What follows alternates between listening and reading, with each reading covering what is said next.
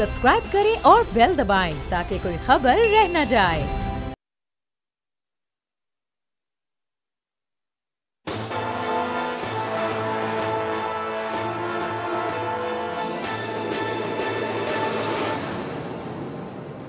अस्सलाम वालेकुम। प्रोग्राम तज्जिया मैं हूं अलीना इलियास और आज के इस प्रोग्राम में मेरे साथ मौजूद हैं हमेशा की तरह समीम रहीम साहब, एशियन न्यूज़ के ग्रुप एडिटर राना ताहिर साहब, सदीक साजिद साहब जो कि हमारे सीनियर रिपोर्टर भी हैं और एनालिस्ट भी हैं। अमेरिका के सेनेट पर जो कल हमला हुआ है, कुछ उस हवाले से हम आज के इस प्रोग्राम में डिस्कस करेंगे और इसके साथ साथ जो इस वक्त पाकिस्तान में पोलिटिकल सिचुएशन है, ख़ास तौर पर जो मच का सानिया है उस पर जिस तरीके से अपोजिशन की जानिब से और गवर्नमेंट की जानिब से पॉलिटिक्स की जा रही है उसको भी शामिल करेंगे। जी समीर साहब, ओवर टू यू।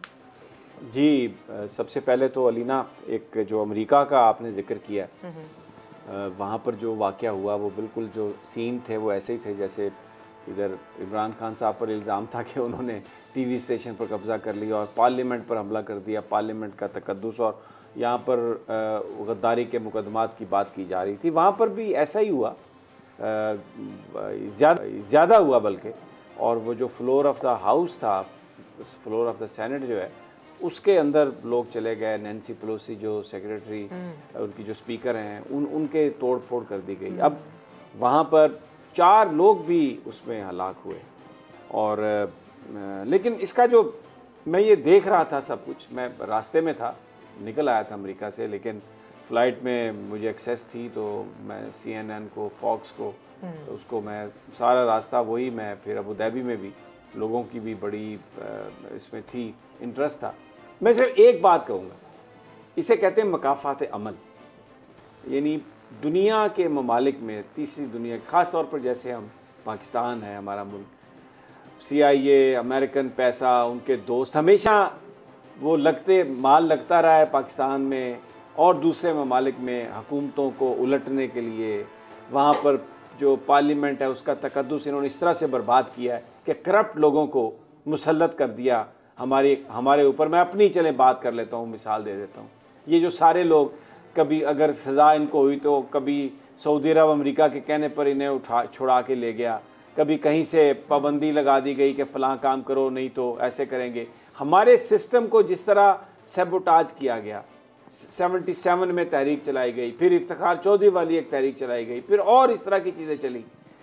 तो वो मैं देख रहा था कि दूसरों के घरों में पिछली कई दहाइयों से हम देख रहे थे कि अमेरिका आग लगाता रहा और अब उनके अपने घर में आग लग गई।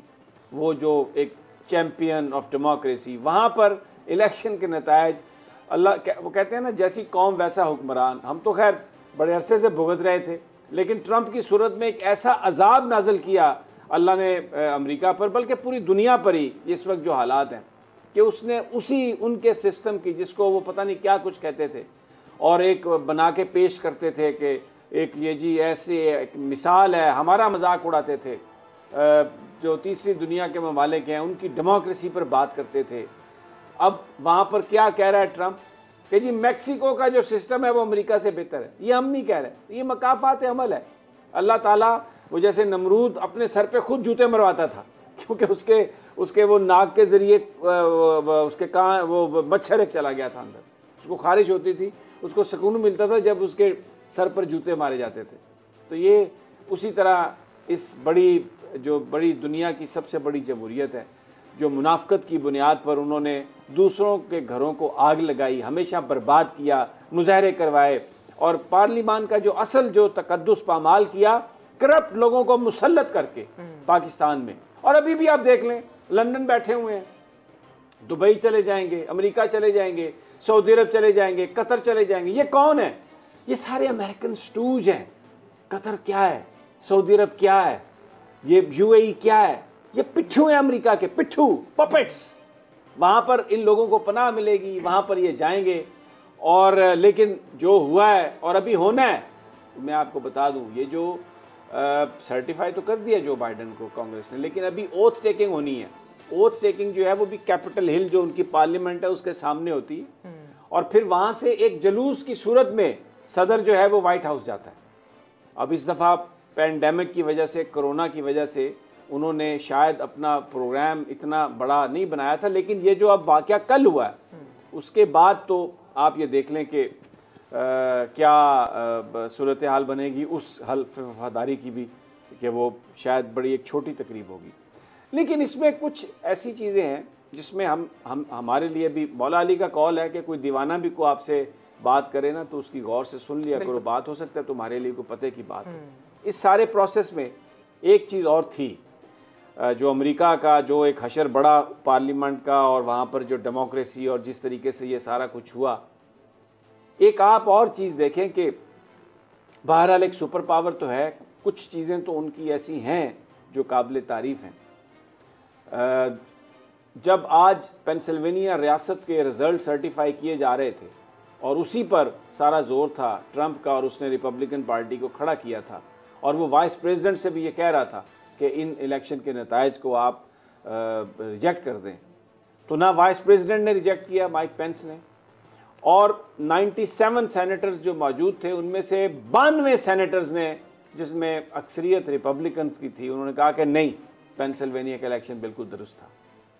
ये जो पीछे पीछे खड़े होते हैं ना, अभी मैं देख रहा था मरियम नवाज के पीछे, और उधर वो एक एहसन इकबाल अरस्तू साहब खड़े थे, एक Khawaja Saad रफ़ीका, Einstein of Pakistan railway, और इस तरह के बहुत सारे लोग, ये जो अपने वो सो कॉल्ड कायदीन हैं करप्शन की बुनियाद पर नाहल होने वाले, उनके बच्चों के सामने भी हाथ बांध के खड़े होते हैं।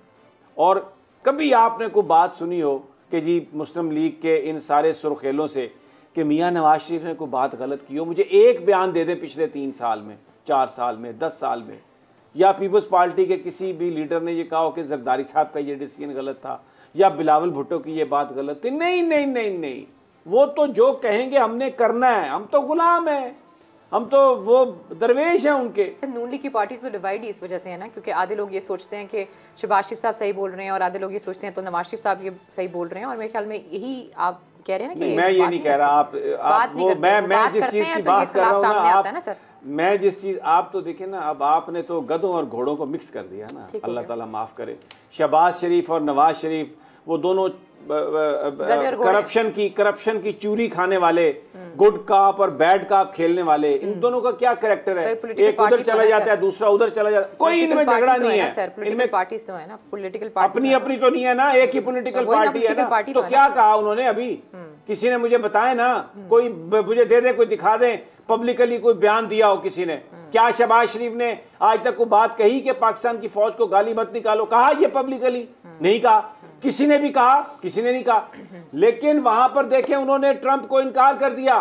उन्होंने कहा नहीं, तुम जो बात कह रहे हो गलत है। और फिर वहां पर जो वोटिंग है, पूरी कौम ने देखा होगा, पाकिस्तानियों ने भी देखा होगा, ओपन वोटिंग है। सेनेटर का नाम लिया जाता है और पूछा जाता है कि इस मसले पे वोट दें आप, क्या कहते हैं? वो खुल के कहते हैं कि जनाब ये वोट हम इस पे हाँ कहेंगे या ना। और फिर उनकी कंस्टिट्यूएंसी में उसकी बुनियाद पर लोग वोट देते हैं कि तुमने फलां मसले पर यह वोट दिया था, तुम एक करेक्टर वाले आदमी हो या करेक्टर लेस आदमी हो। ये हमें सीखने की बातें हैं, ये सीखने की चीजें हैं। वो सारे सिस्टम में हमें ये सीखना चाहिए। अल्लाह ताला इन लीडर्स को जो इस वक्त हमारे ऊपर मुसल्लत हैं, कोई उनमें इतनी गैरत दे, इतनी ताकत दे कि वो कम से कम अपनी लीडरशिप को ये तो बता सकें कि सही क्या गलत क्या। ये तो वो मैं आपको क्या अर्ज करूं कि इन्होंने 18वीं तरमीम क्या है कि जनाब आप अपने लीडर के खिलाफ अगर नो कॉन्फिडेंस देंगे तो आपकी सीट चली जाएगी। क्यों भाई? अगर लीडर का दिमाग खराब हो गया हो, अगर लीडर पाकिस्तानी फौज को गाली निकाल रहा है, पाकिस्तान की अदलिया को गाली निकाल रहा है, ट्रंप की तरह पाकिस्तान के खिलाफ कोई बात कर रहा है, तो उसके खिलाफ वोट देने से मेंबरशिप कैसे खत्म हो सकती है? ये किसने किया? ये फौज ने नहीं करवाया, ये वो सब पे भारी ने। वो कहता है कि ये मेरी जहानत है, मेरी फत्तानत है, और नवाज शरीफ उसके साथ मिलके। तो ये सिस्टम को बर्बाद हमारे यहाँ किया गया। खराबी ये है कि सही को सही कहने की हिम्मत नहीं है। हमने फारूक रज़ी अल्लाह ताला अन्हो से कहा ना बंदे ने कि ये कपड़ा कहाँ आ गया आपके पास, लिबास का इतना लंबा और दूसरे लिबास का? तो उनके कुछ लोगों ने तलवार निकाली, उनके बच्चे ने भी, तो उन्होंने कहा नहीं, इसको हक है कि पूछे मुझसे। ये अकदार तो हमारी ये है कि जहां पर आपको बात करना है, सही बात को एंडोर्स करना है, और गलत बात को आपने कहना है कि आप गलत कर रहे हैं, अदरवाइज तो मामला नहीं होगा। तो ये इसलिए बावजूद तमाम कबाहतों के, साजिशों के, थोड़ा करेक्टर है उनमें, इसलिए वो आपको कौम नजर आती है खड़ी हुई। और आज आपने क्या देखा यहाँ पर? मैं माफी चाहता हूँ, मैं ज्यादा ही बोल रहा हूँ, लेकिन मैं थोड़ा सा एक मिनट और लूंगा, फिर आप लोग बात कर लीजिएगा कि आप मुझे ये बताएं, ये करैक्टर है अपोजिशन का? इमरान खान साहब की तो बाद में करते हैं बात कि उन्होंने भी वो भी पता नहीं किससे एडवाइस ले रहे हैं कि उन्होंने कहा जी मैं नहीं जाऊंगा वहाँ पे कोयटा में।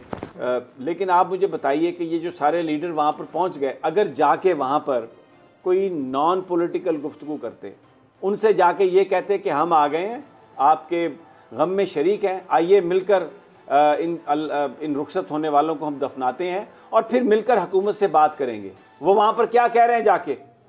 वो मरियम नवाज अपना दुख मार रही है। बेहिस आदमी से एक बेटी कह रही थी, मरियम नवाज साहबा जिस वक्त मॉडल टाउन में कत्ल हो रहे थे तब आपकी हिस्स कहाँ थी?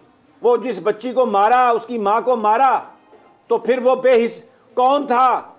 बेहिस वजीर आजम वो आपका वालिद था। वो बेहिस वजीर आला कौन था? वो आपका चाचा था। और वो बेहिस वजीर कानून कौन था जिसके साथ आज आप कोयटा गई हैं? राना सनाउल्लाह था।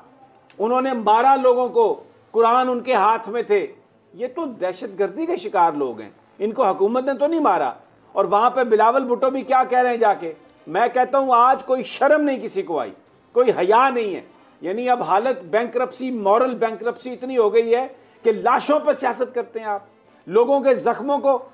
भाई ये वाकया अफसोसनाक है, ऐसा नहीं होना चाहिए। लेकिन उसको इतना पॉलिटिसाइज करना इस तरीके से, अपोजिशन वाले जो लोग हैं, चले जिन लोगों के बच्चे गए हैं वो गमज़दा हैं, इस फैसले पर भी बात हो सकती है कि ये क्या बात है, लोग तो मरते हैं, अल्लाह ताला बचाए, हर जगह ये आफत है। लेकिन इस पर भी बात हो सकती है कि क्या ये सही तरीका है? मैयतों की बेहुरमती नहीं करनी चाहिए, चाहे वो कुछ भी हो। आपके पास पूरा इख्तियार होता है, आप झगड़ा कर सकते हैं, आप दफनाने के बाद भी सड़क ब्लॉक कर सकते हैं, मैयतों को मत रखें। अल्लाह के नबी का इरशाद है कि जितनी जल्दी हो आप उनको दफना दें। एहतजाज से आपको कोई नहीं रोक रहा। आपने धरने दिए, आप धरने बाद में भी दे सकते हैं। आप जनाजा करवाते, उसके बाद आप धरना दे देते, तो वो एक और बात होती। लेकिन आप इन लोगों को वेलकम कर रहे हैं वहां पर, और वहां पर वो तकरीरें कर रहे हैं, आप इजाजत दे रहे हैं उनको कि आपकी लाशों पर वो सियासत करें। ये कहाँ की ये कैसा एहतजाज है? ये तो मुझे समझ नहीं आ रही। और दूसरी तरफ वजीर आजम साहब, भाई आप फादरली फिगर हैं, वाकया हुआ वहां पर आपको जाना चाहिए। आप पता नहीं किसकी एडवाइस ले रहे हैं। कभी ये खबर आती है किसी हुकूमती से बात करें कि जी वो तो फिर ये एक रीत बन जाएगी कि हर जगह जाना पड़े। भाई आपको जाना चाहिए हर जगह। अगर ऐसा वाकयात होते हैं उस वक्त तक जब तक ये वाकयात रुक ना जाए। ये वजीर आजम साहब का ये फैसला कि मैंने वहां पे नहीं जाना, मैं समझता हूँ गलत है।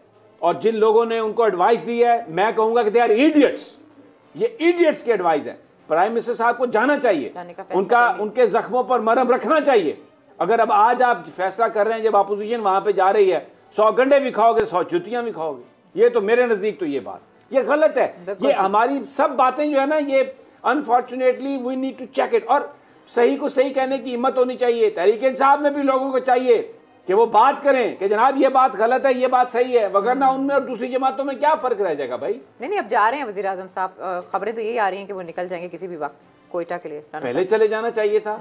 लेकिन पहले वो जुल्फी बुखारी साहब जो है ना, उनकी चल रही है वो एक के आप क्या देंगे ओ भाई आप यार। लेकिन मेरे ख्याल में सर ऑपोजिशन ने जाके बहुत अच्छा किया। आपकी बात अपनी जगह बिल्कुल ठीक है, जो वहाँ पे उन्होंने जिस तरह अच्छा आप अच्छा किया, वहाँ पर जाके तकरीरें की हैं, गालियां निकाली हुकूमत को, मौका दिया ना सर, मौजूदा गवर्नमेंट ने मौका दिया। गलत है ये बात, गलत है, ये मॉरल बैंकरप्सी है। ये बात ये है सनी साहब, आपने जो बात की ना, देखें कि वज़ीर आज़म साहब को जाना चाहिए, इसमें तो कोई दूसरी राय नहीं है। वज़ीर आज़म साहब को जाना चाहिए, पहले दिन ही चले जाते अच्छा था। लेकिन बात यह है कि अभी हम जो बात समी साहब ने बात की अमेरिका के इलेक्शन के हवाले से, सदर के, कि सेनेट के 97 में से 92 लोगों ने वोट दिया और उनमें अक्सरियत रिपब्लिकन्स की थी जिन्होंने ट्रंप के मौक़िफ़ के ख़िलाफ़ वोट दिया। लेकिन यहाँ पे जमहूरियत किसका नाम है? यहाँ पे तो पार्लियामेंट में किसी मसले पर बहस ही नहीं करानी चाहिए। जब आप अपनी पार्टी के ख़िलाफ़ बात नहीं कर सकते, ज़मीर के मुताबिक अरकाने पार्लियामेंट बात नहीं कर सकते, तो वो क्या आपने उनको अपनी पार्टियों के गुलाम बना के रखा हुआ है? जमहूरियत तो ये है कि हर एक को आज़ादी इज़हार राय हो। आप अरकाने पार्लियामेंट से आज़ादी इज़हार राय छीन रहे हैं और इसको कहते हैं कि जी ये फ्लोर क्रॉसिंग हो जाएगी, फलां हो जाएगी। भाई आप वोट का मकसद ही ये होता है कि हर कोई अपने ज़मीर के मुताबिक फ़ैसला करे। लेकिन अब ये जो साने कोयटा है अलीना, ये देखें, इस वाक़े से चंद दिन पहले FC के 7 जवानों को भी शहीद किया गया बलूचिस्तान में। और वो दहशतगर्दों ने, जिन दहशतगर्दों ने इन मासूम लोगों को शहीद किया, उन्होंने ही FC के उन जवानों को भी शहीद किया जो पाकिस्तान में बदअमनी फैला रहे हैं, भारत के एजेंट जो हैं। लेकिन हो क्या रहा है कि ये जो समीर साहब की, मैं उस बात से 100% इत्तेफाक करता हूँ कि लाश की बेहुरमती किसी सूरत नहीं होनी चाहिए। बिल्कुल नहीं होनी। कितनी तकलीफ में होंगे राना साहब अगर वो ये सब कुछ कर रहे हैं, उन्हें लाशें रखी हैं। मेरी बात सुने, उनको भी इस चीज़ का अंदाजा है कि मेरी बात बेहुरमती सुने नहीं ना, होनी चाहिए। मेरी बात सुने। बात यह है कि ये जो मरियम नवाज को आज तक तौफीक नहीं हुई कि उस बच्ची के सर पर लाहौर में जाकर हाथ रखती जिसकी मां को मॉडल टाउन में शहीद किया गया, गोलियां मार मार कर, हामला खातून को शहीद किया गया। ये बेशरम किस मुंह से कोयटा चले गए? और ये वाकयात जो है। और एक और बात राना साहब, वो जो जिस वक्त ये यहाँ से लाहौर जा रहे थे और गुजरात के करीब वो जो बच्चा इनकी गाड़ी के नीचे आके मरा था, उसको इन्होंने कहा जमहूरियत का पहला शहीद है उसकी, और उस केस को दबाने की कोशिश की इन्होंने। वो बेहिसी जो है वो क्या सबको भूल गई है क्या?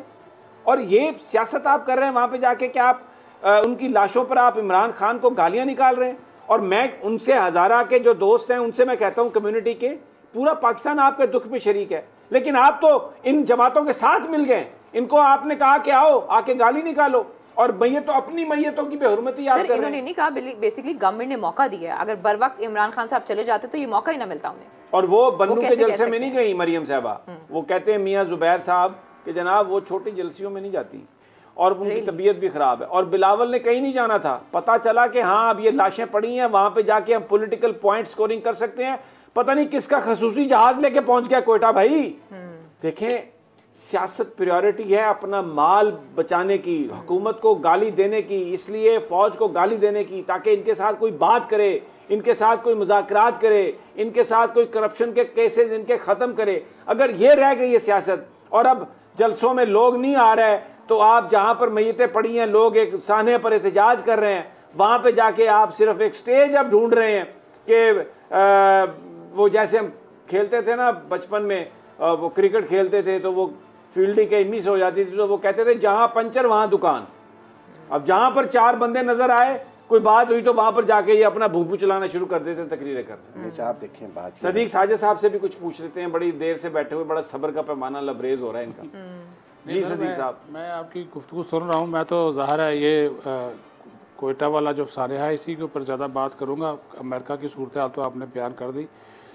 इसमें जो मैं तो इस चीज़ के ऊपर बात करूंगा कि ये इमरान खान साहब अगर चले जाते, पहले दिन ही चले जाते, शेख रशीद को ना भिजवाते या जुल्फी बुखारी या अली जैदी को ना भिजवाते। नहीं, शेख रशीद साहब का जाना ठीक था। जुल्फी बुखारी साहब ओवरसीज के वो एक एडवाइजर है ना, वो इलेक्टेड आदमी है ना, उनका कोई अमल दखल है। भाई आप इमरान खान साहब के वो नजदीक हैं, पहले दिन से ही वो ठीक है, पहले दिन से वो अहले तशी है ना, तो ये वो इसलिए भेजा ना कि, लेकिन अगर उनके ऐसे रियासतों के, देखिए रियासतों के मामला ऐसे नहीं होते। आप वजीर दाखिला को भेजें, कोई शिया है कोई सुन्नी है, वो पीछे की बात है। रियासत को सेक्टेरियन हवालों से नहीं चलना, ये बात आप जहन में रख लें। अगर आप इस तरीके से रियासत चलाएंगे ना तो ये नहीं चलेगी।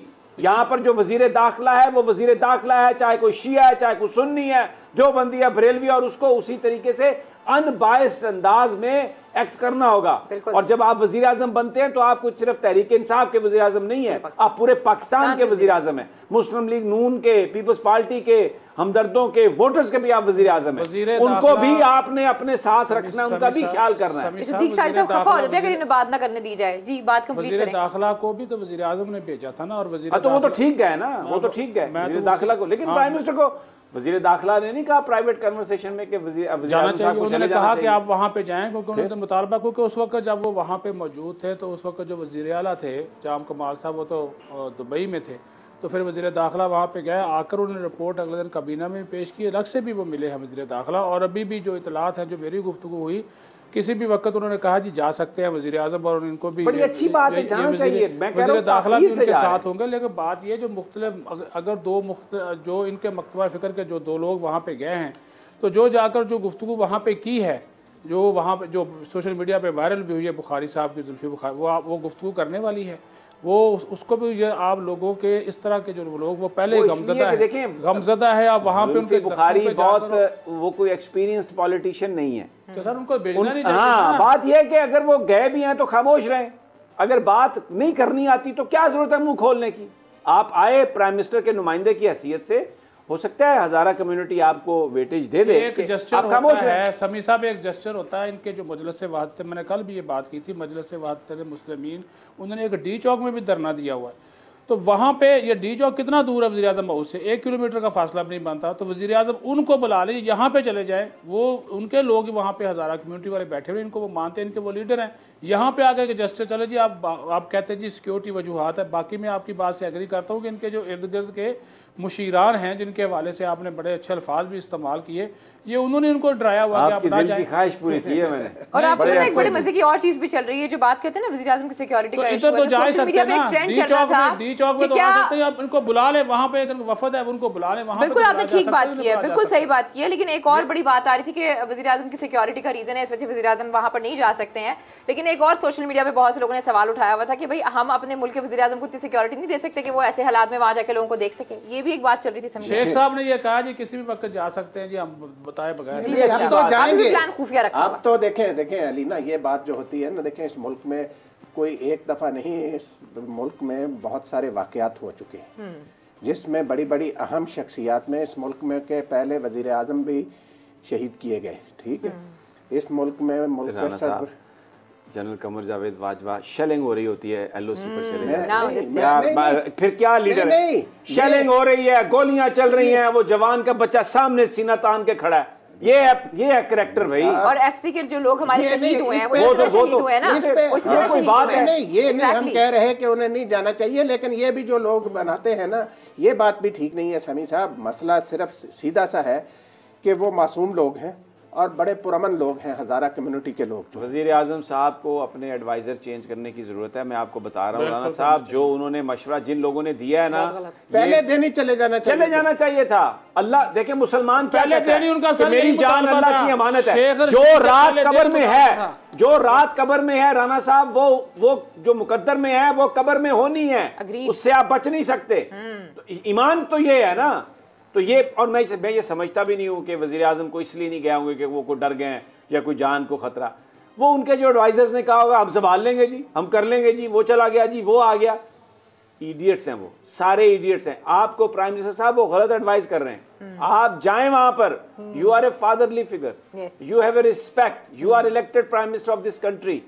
लोग तवक्को करेंगे जहां पर भी किसी के साथ जुल्म हो के आप आके उनके जख्म पर मरहम रखें, उन्हें दिलासा दें, पुरसा दें, उन्हें ये एहसास दिलाएं कि मैं आपके दुख दर्द में मैं समझता हूं और मेरे आपके आमद का मकसद ये है कि इस मसले को हम उठाएंगे, इस मसले को हम आगे लेके जाएंगे। इसमें कोई कबाहत नहीं। साहब वो जो मुतालबा कर रहे हैं वजीर आजम को बुलाने का, ये इस बात का इजहार है कि वो वजीर आजम पर एतमाद करते हैं, कि वो वजीर आजम की बात सुनना चाहते हैं, वो उस पर एतमाद करते हैं, और खास तौर पर वो इमरान खान साहब पर एतमाद करते हैं, इसमें कोई शक नहीं है। खैर जी, प्रोग्राम में वक्त एक छोटी सी ब्रेक का, जब ब्रेक से वक्त मजीद भी बात करते हैं। Stay with us.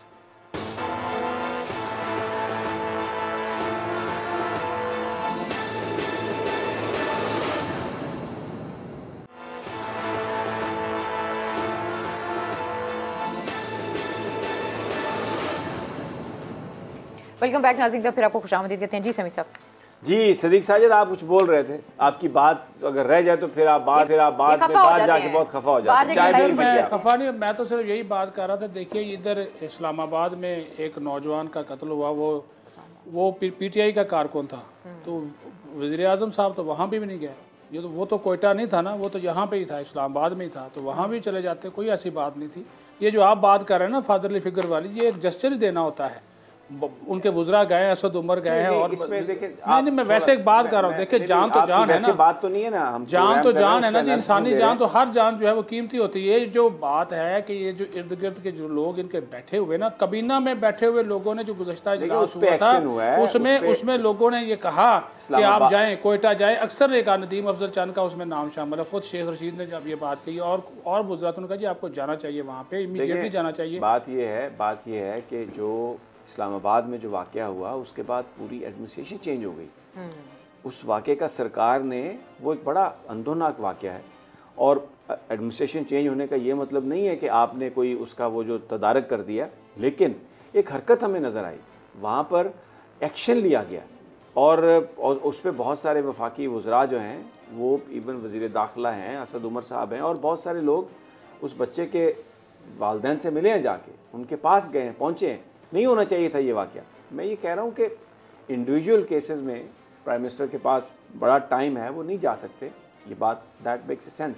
लेकिन जब इस तरह एक कम्युनिटी का, और ये पुराना ये एक सिलसिला है, हज़ारा बेचारे बड़े अरसे से बड़ी मुसीबतों का शिकार है और उनके साथ जुल्म हो रहा है, और इसको इन्वेस्टिगेट, अच्छा उसमें अभी वहाँ पर जो 7 अफ़गानी हैं वो भी एक इशू है, वो क्या कर रहे थे वहाँ पे, ठीक है, क्योंकि जो बहुत सारी जो इत्तलात हैं उसके मुताबिक ये हैं कि बहुत सारे लोग हज़ारा कम्युनिटी, जिस तरह अफ़गान मुहाजिरीन हैं, और ये जो भी दहशतगर्द थे ये उन मुहाजिरीन के रूप में बॉर्डर क्रॉस करते हैं, उधर जाके कार्रवाइयाँ करते हैं, इधर कार्रवाइयाँ करते हैं, उनको पकड़ना क्योंकि कैमोफ्लेज होते हैं, कोई इतना आसान काम नहीं है। इसी तरह वो जो 7 अफ़गानी थे वो क्या कर रहे थे सदीक साजिद साहब वहाँ पर, हज़ारा कम्युनिटी में उनका क्या ताल्लुक था, क्या क्या वजह थी वो। तो ये जब आप फिर इस तरह कोई आपके आने जाने को, काफिलों को अगर आपको कोई इस्तेमाल करेगा, तो जो दुश्मन है जब वो अटैक करेगा तो अब हो सकता है कि वो जो वाक़या हो वो उसके पीछे क्या है, हाँ। इन्वेस्टिगेशन की भी ज़रूरत है, बिल्कुल है, लेकिन एक अंदोनाक वाक़या है। और ये अभी जो एक नई ईरान के साथ जो पोस्ट खोली गई है गवादर के पास, वो इसीलिए की गई है कि जो ज़ायरीन है ख़ास तौर पर, उनकी भी जो आमदोरफ्त है वो सिर्फ तफ्तान के ज़रिए ना हो, इतना दूर का चक्कर ना हो, और वो एक सुनसान सड़क है, वहाँ पर बड़े वाक़यात होते हैं।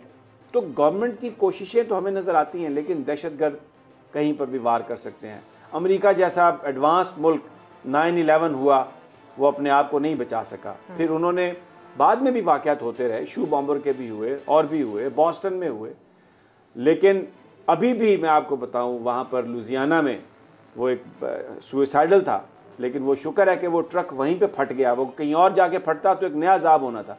क्रिमिनल्स आर देयर, उनको पकड़ना बिल्कुल ऐसे ही होता है जैसे घास के एक बड़े ढेर में से आपने एक सुई ढूंढना हो, उसके लिए ताउन की ज़रूरत होती है, उसको पॉलिटिकल इशू बनाकर एक्सप्लॉइट नहीं करना चाहिए। हम तो सिर्फ ये बात अभी भी देखें ना, कुछ इस तरह के टिकट चल रहे थे जिसमें ये था कि वज़ीर-ए-आज़म पाकिस्तान की वो जो तुर्की का मशहूर ड्रामा है उसकी पूरी टीम के साथ मुलाकात हुई है। अब जब इस तरह के टिकट चल रहे होंगे, जब वो लोग इसको पढ़ रहे होंगे, तो उनको कितना दुख हो रहा होगा ना राना साहब। नहीं, वो टीम यहाँ आई हुई है, देखें ये बात भी जो है ना, बिल्कुल वो प्राइम मिनिस्टर है मुल्क का, और सारी सरगर्मियाँ मुल्क में जारी रहती हैं। दूसरी मेरी गुजारिश सुने, बात यह है कि आज बिलावल भुट्टो साहब वहाँ फरमा रहे थे कि जी इनको इंसाफ नहीं मिला, इंसाफ मिलना चाहिए। ज़रा अपने अब्बा जान से पूछें, 5 साल हुकूमत की है, अपनी वालिदा मोहतरमा के कातलों को क्यों सज़ा नहीं दी, आपने क्यों इंसाफ नहीं दिया बेनज़ीर भुट्टो को। 5 साल सिंध में भी वो 5 साल आपकी हुकूमत थी, और वफाक में भी आपकी हुकूमत थी, और पंजाब में आपके चाचे की हुकूमत थी, तो क्यों मोहतरमा बेनज़ीर भुट्टो को इंसाफ नहीं दिया गया। बिल्कुल, ये तो सवाल नहीं करते। और वहाँ खड़े देखें, तकरीर कर देना बड़ा आसान होता है, जैसे समीर साहब कह रहे थे कि ये एक सिलसिला है, ये पहला वाक़या नहीं हुआ हज़ारा कम्युनिटी के साथ, उनके साथ बहुत जुल्म हुआ, मजलूम लोग हैं। क्या जरदारी के दौर में नहीं हुआ? लेकिन इमरान खान साहब को आपको शॉट चलाया था ना कलम में, याद है? उन्होंने कहा था कि फौरन पहुंचना चाहिए। इमरान खान साहब जरदारी और बाकी सब में फर्क है, बात ही नहीं कर चुके हैं ना बात। हाँ, वही तो कहते हैं पहले दिन ही जाना चाहिए।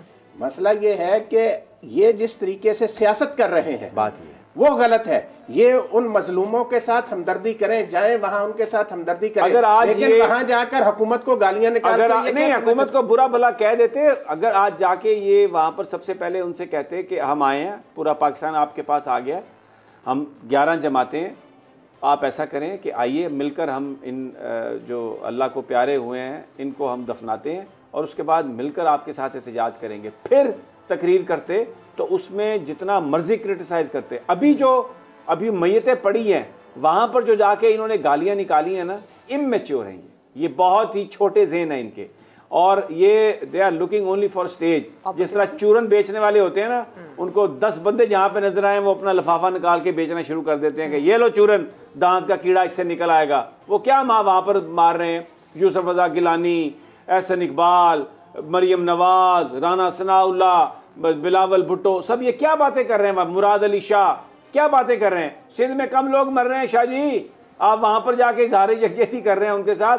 अपनी सिंध की हलाकतों पर आप अपना पाबंदी कर लें, वहाँ पर कुछ लोगों को कुछ इंसाफ दे दें, कोई एग्जेक्टिव दे दें। कराची को आपने नाइजीरिया बना दिया, बंजर बना दिया, नाले आपने साफ नहीं किए, और जो मर जाते हैं बारिश में करंट लगने से जो मर जाते हैं उनको इंसाफ दिला देना। आप वहां पर जाके सिंध से इजहार यकजहती करने आए, थर में जो कुछ हो रहा तो है, वो आप देखें ना, थर में जैसे हम बात हुई है, तो आप ये चूरन बेचने वाले जैसे होते हैं, बसों में आ जाते हैं भी यहाँ पर सवारियां हैं तो चलो हमारी दवाई बिक जाएगी। अब इस पे मैं बात कर रहा हूँ कि ये बिलावल भुट्टो के तुम नवासे हो, बेनज़ीर के बेटे हो, क्यों इस तरह की हरकतें करते हो? तुम्हें कोई क्राउड की कमी नहीं है? जहाज में बैठ के वहाँ पे चले गए हो और जाके वो ये इस तरह की गुफ्तगू करनी मैयतों पर, बजाय इसके कि उनके ज़ख्मों पर। और मैं ये कहता हूँ कि जो हज़ारा कम्युनिटी के वहाँ पर अकाबरीन बैठे हैं, मैं हैरान हूँ कि वो अपनी मैयतों की बेहरमती खुद करवा रहे हैं वहाँ पर बैठ के। ये इस्लाम में इस बात की जाओ, फिर उसको पोलिटिसाइज इस तरह से कर रहे हैं। बहरहाल ये एक ऐसा इशू है, लोगों की अपनी अपनी ओपिनियन है, हम तो अपनी ओपिनियन या जो समझ में आता है। तो एक मैं ये कहता हूँ कि हर चीज़ में साजिश, कोई किसी कहीं पर कोई आफत आ जाए, किसी के घर कोई मुसीबत आ जाए, ये प्रोफेशनल और ये पेशावर सियासतदानों का टोला वहाँ जाके अपना चूरन बेचने की कोशिश करता है। और ये इस तरह के जो पेशावर सियासतदान हैं, ये पॉलिटिकल डिवाइड के दोनों तरफ हैं। उधर वो जाके चूरन बेच रहे हैं और इधर जो एडवाइज़र्स हैं वो ये कह रहे हैं कि जनाब आप ना जाएं। मुझे बताइए कि अगर वज़ीर आज़म नहीं जाएगा जहाँ पर ऐसा वाक़या हुआ हो, इतना गम हो रहा हो, तो फिर कौन जाएगा वहाँ पर? क्या वहाँ पर नेपाल का वज़ीर आज़म जाएगा उनसे अफसोस करने के लिए? या लेकिन अब तो ये भी वज़ीर आज़म भी सियासत करेंगे ना, क्योंकि खबरें तो यही आ रही हैं कि जैसे कि आपने बात की है कि पहले बिलावल और मरियम चले गए हैं, तो अब वज़ीर आज़म ने भी कह दिया कि जी मैं भी चला जाता हूँ। तो ये अब वो भी तो सियासत में ही आता है ना सर? बिल्कुल सियासत में आता है, लेकिन ये इनको पहले कर देना चाहिए था। बहरहाल अच्छा जी, आपके पास थोड़ा सा और भी खबरें हैं। वो सदीक साजिद साहब, ये पब्लिक अकाउंट्स कमेटी क्यों, ये जो हमारे जो वज़ीर तवानाई हैं, ये क्यों नहीं चाहते कि पब्लिक अकाउंट्स कमेटी जो है ये LNG की डील को देखे? वाई, क्या प्रॉब्लम है? हम समी साहब, हम हर वक्त बात करते हैं एहतसाब की, शफाफियत की, तो इसमें हुकूमत और अपोजिशन दोनों के ही नुमाइंदे उस पार्लिमानी पब्लिक अकाउंट्स कमेटी में मौजूद होते हैं।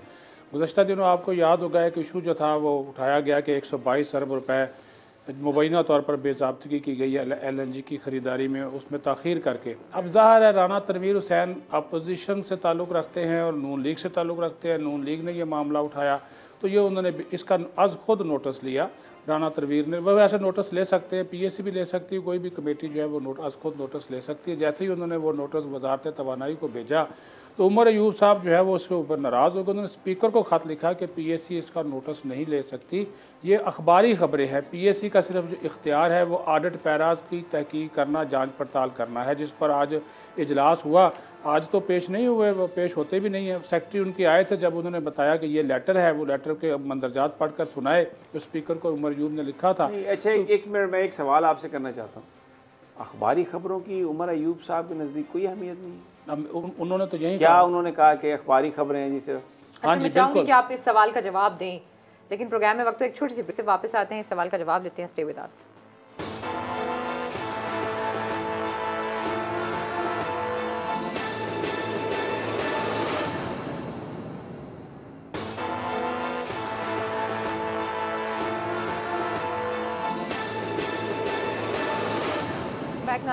वेलकम बैक नाज़रीन, तो फिर आपको खुशामदीद कहते हैं। और ब्रेक पे जाने से पहले समी साहब ने एक सवाल किया था। उमर अयूब साहब कहते हैं जो अखबार में खबरें होती हैं उसका जो नोटिस है वो PAC नहीं ले सकती। जी अच्छा जी, एक तो ये कि अखबारी खबरों की नहीं कोई नोटिस लेना, और दूसरा मुझे ये बताइए कि ये जो ताबिश गौहर साहब हैं, या गौहर ताबिश जो एनर्जी के एडवाइज़र थे, इनके भी इस्तीफ़े की बातें हैं कि ये कोई पैसे जो पे हुए थे बिजली की कंपनी को वापस लेना चाह रहे थे पावर कंपनियों से, कि वो कह रहे थे कि ओवर पेमेंट हुई है, तो फिर उनको इस्तीफ़ा, क्या ये आपके पास है खबर? मुझे सभी साहब ये भी आपकी बात ठीक है, लेकिन उसमें एक बड़ा पॉइंट ये भी था कि देखें ना, एक वजारत है, उसको चलाने वाले 3 से 4 लोग हैं। एक मुआवन खुसूसी है, ये भी मुआवन खुसूसी है, ऊपर एक वज़ीर बैठा हुआ है नदीम बाबर साहब, उमर अयूब की नहीं सुनते, ये उनकी नहीं सुनते। और ये भी आपकी बात जो है बिल्कुल ठीक है, ये अदायगी के हवाले से, IPPs के हवाले से इनके भी कोई इशूज़ थे।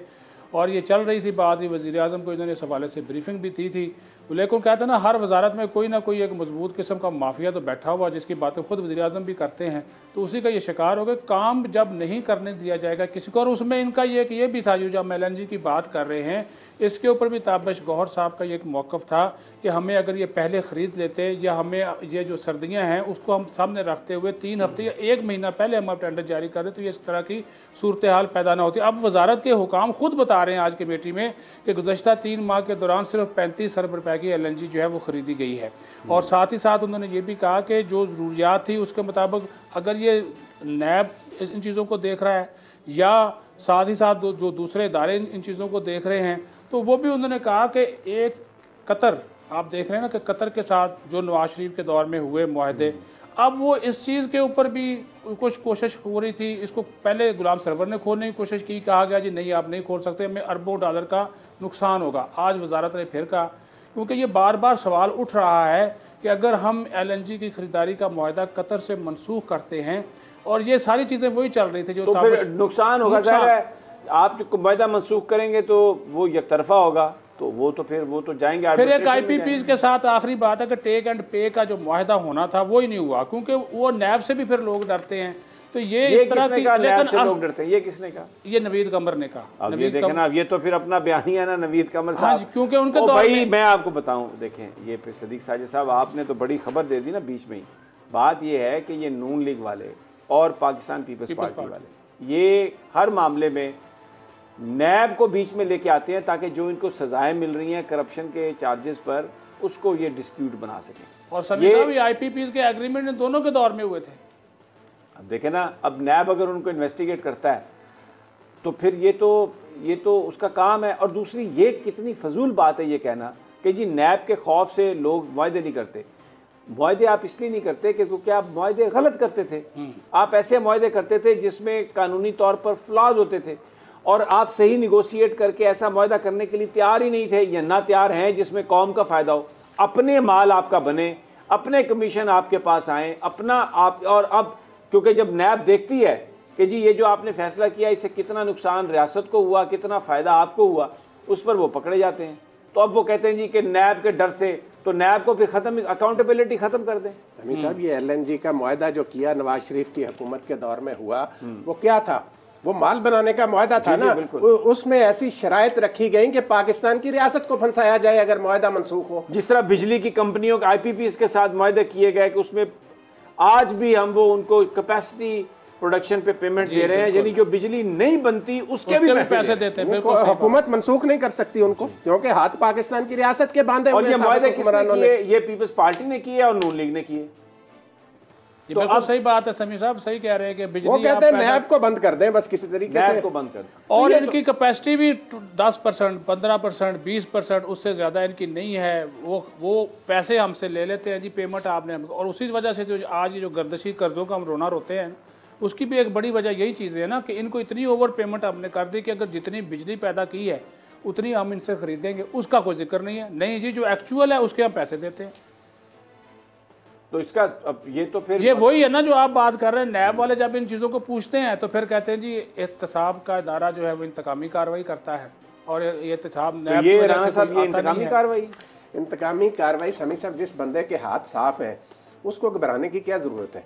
जो एक ट्रांसपेरेंट अंदाज में पाकिस्तान के फायदे में, पाकिस्तान के इंटरेस्ट में एक एग्रीमेंट कर रहा है, जो बंदा ऐसे एग्रीमेंट बैनुल अक़वामी कंपनियों से करता है जिसके नतीजे में पाकिस्तान की रियासत को वो मजबूर कर देते हैं, जैसे आपने IPPs की बात की, बाकी की, कि अगर कोई किसी वक्त रियासत महसूस करे कि ये मुआहदा पाकिस्तान उनके मफाद में नहीं है तो वो मनसूख ना कर सके, ऐसी शराइत लिखवाते हैं। किसके एवज लिखवाते हैं? अपने माल के एवज लिखवाते हैं समीर साहब, ऐसी शराइत। बिल्कुल सही बात। राणा साहब, यही तो मसला है कि ये LNG का मुआहदा हमारे गले पड़ा हुआ है कि हम उसको ख़त्म ही नहीं कर सकते। 15 साल तक 15 साल का कोई मुआहदा हुआ है। 15 साल आपकी अपनी हुकूमत की टर्म 5 साल है, आप 15 साल का एग्रीमेंट करके जा रहे हैं यार। ओ भाई, वो तो 2035 का 2025 का विजन दे रहे थे हसन इकबाल साहब 2010 में, 2012 में, 13 में वो कह रहे थे 2025 का विजन दे रहा हूं मैं। सर ये ऐसा विजन है जिसकी वजह से नुकसान जो किसका, ये ऐसा विजन है जिसने अंधा कर दिया है। बलरी हर शय नजर आ रही है, कोई शय नजर ही नहीं आ रही। आप ऐनक लगाते हैं ना, वो शीशे अगर सही ना हो तो आपको नज़र कुछ नहीं आता, धुंधला जाती है। तो ये वो धुंधलाने वाला विजन है जिसमें कुछ नहीं नज़र आ रहा। अच्छा जी राना साहब, एक और डेवलपमेंट हुई, मुझे पता है वक्त कम रह गया। ये बड़ा अच्छा हुआ कि कतर और सऊदी अरब के दरमियान ताल्लुकात बड़े अच्छे हो गए और बॉर्डर भी खुल गया। UAE जो है और वो भी उसमें शरीक हुए और बहरीन वाले भी थे उसमें, अगरचे अभी तक दूसरे ममालिक ने नहीं खोला वो बॉर्डर वगैरह कतर के साथ, लेकिन सऊदी अरब ने खोला और इसका बड़ा हम पे बड़ा अच्छा असर पड़ेगा। ये जो एक टेंशन थी जिसकी वजह से हम भी बीच में रगड़े गए थे कि फ़ौजें उधर भेजें ना भेजें, क्या करें क्या ना करें, ईरान भी इसकी सपोर्ट करता हुआ नज़र आ रहा है। तो इट्स ए गुड डिसीजन। ये समी साहब खित्ते में मैं समझता हूँ इससे कशीदगी कम होगी, और क्योंकि पाकिस्तान के कतर और सऊदी अरब दोनों के साथ अच्छे ताल्लुकात हैं, तो दोनों के दरमियान कशीदगी में पाकिस्तान के लिए कुछ मुश्किलात तो थी। तो इस फैसले से, और अभी आपने जैसे बताया कि ये अभी वो जो कतर के अमीर हैं वो सऊदी अरब भी जा रहे हैं या चले गए वहाँ पर और पहुँच गए हैं। मोहम्मद बिन सलमान ने उनका बड़ा गर्मजोशी से इस्तकबाल, गाड़ी भी खुद चलाई। तो ये एक अच्छी पेशरफ्त है।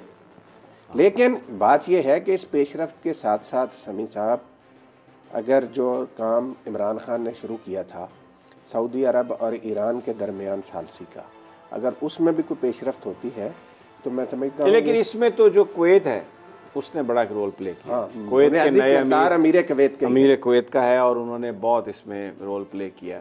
और उसमें कुछ लोग कहते हैं प्रेसिडेंट अलवी का भी बड़ा रोल है। अमीर कुवैत ने किरदार अदा किया। कहते हैं अमीर कुवैत से जब वो गए थे जनाजे में शिरकत के लिए प्रेसिडेंट अलवी, तो बड़ा उन्होंने जाके उनसे कहा कि आप प्लीज़ ये बात करें, सालसी करवाइए। नहीं देखे साहब, वो तो दो पाकिस्तान। तो मैं ये सोच रहा था ये हुकूमत और अपोजिशन के दरमियान भी अलवी साहब अगर ये कतर और सऊदी अरब के दरमियान सालसी करवा सकते हैं कुवैत के जरिए, तो इधर भी तो करवा सकते। अच्छा, पिछले दिन उन्होंने वैसे, लेकिन उनका इस्तेमाल कोई नहीं है। नहीं वैसे जैसे एक बंदा पे है ना, किसी पास एक घर में पड़ा होता है ना, हमें डोंगा जिसे कभी इस्तेमाल नहीं किया जाता। समी साहब वैसे ही पड़े हैं। वैसे समी साहब ने पिछले दिनों ये ऑफर आज खुद की है कि ये अगर मुझे कहा जाए तो मैं बातचीत करिए तैयार हूं। लेकिन वो उस डोंगे में कुछ सालन डाले तो तब है ना। देखिए वैसे खड़क रहा है, खाली डोंगा खड़क रहा है। पार्लियामेंट है उसमें, उनका सदारती चैम्बर है, उसमें बैठ सकते हैं। समी साहब, ये आपकी पार्लियामेंट ने सदर ममलिकत को इस तरीके से बनाया हुआ है। लेकिन मैं कहता हूँ वो देखें ना, ये जो है, लेकिन आप जरा अंदाजा करें कि जिस शान से वो बग्गी में बैठकर ऐवान सदर आता है सदर, और उसके बाद फिर वो अब खाने का बिल भी जो वज़ीर आज़म हाउस अप्रूव करता है, और उधर अब सुना चाय वाय भी नहीं है, पता नहीं कोई अजीब ही काम है। मलका बरतानिया भी तो समी साहब आती है ना। नहीं, वो मलका बरतानिया तो असली मलका थी ना। ये अलवी साहब जो हैं ये क्या थे? मलका बरतानिया के पास, ये तो भाई दंदान साहब, मलका बरतानिया के पास भी तो कोई इख्तियार नहीं है ना अमली तौर पर। लेकिन इसके बावजूद और शोर तो है ना मलका रिस्पेक्ट है, मलका की रिस्पेक्ट है। मलका जब निकलती है या जब उनके बच्चे निकलते हैं, प्रिंसेस डयाना, या तो वो हजारों लाखों की तादाद में अलवी साहब ने वेखल ली कितने लोग आंदे ने, ये कभी निकले ना जरा बग्गी में बैठ, यहीं पे है खाली बर्तन हमें खड़क रहा है, बस हमें खड़क रहा है। आप देखें ना उनकी हिम्मत, देखें माना सोच जो है ना वो यहाँ पाई जाती है कि मलका बरतानिया जो है उसको वो जितना मर्जी प्रोटोकॉल दे, उनके बच्चों को वहाँ पे जमहूरियत को कुछ नुकसान नहीं होता। क्या कह रही है? मैंने कहा अलवी साहब को फ्रस्ट्रेशन तो होती होगी, घबराहट होती होगी। वो लगे रहते हैं कोई ना कोई फंक्शन, वो निकालते रहते हैं अपने फ्रस्ट्रेशन, बात तो करिए, मुख्तलिफ किस्म के फंक्शंस वो करते रहते हैं। इमरान साहब बड़ा खफा है मुझसे जब आप नहीं थे। वो फ्रस्ट्रेशन के खात्मे के लिए रात को वो कहते हैं जी मैं खुद निकलता हूँ, अपनी बेगम को साथ लेता हूँ, मैं खाने शाने खाता हूँ, मुख्तलिफ जगहों पे जाता हूँ, अपनी डंग टपाओ पॉलिसी पे है वो। अच्छा जी, खैर जी, आज के खाली डोंगा भाईजान, खाली डोंगा खड़क रहा है बस। हम चारों को इजाजत दीजिए, अपना बहुत ही ख्याल रखिए लाने के बाद।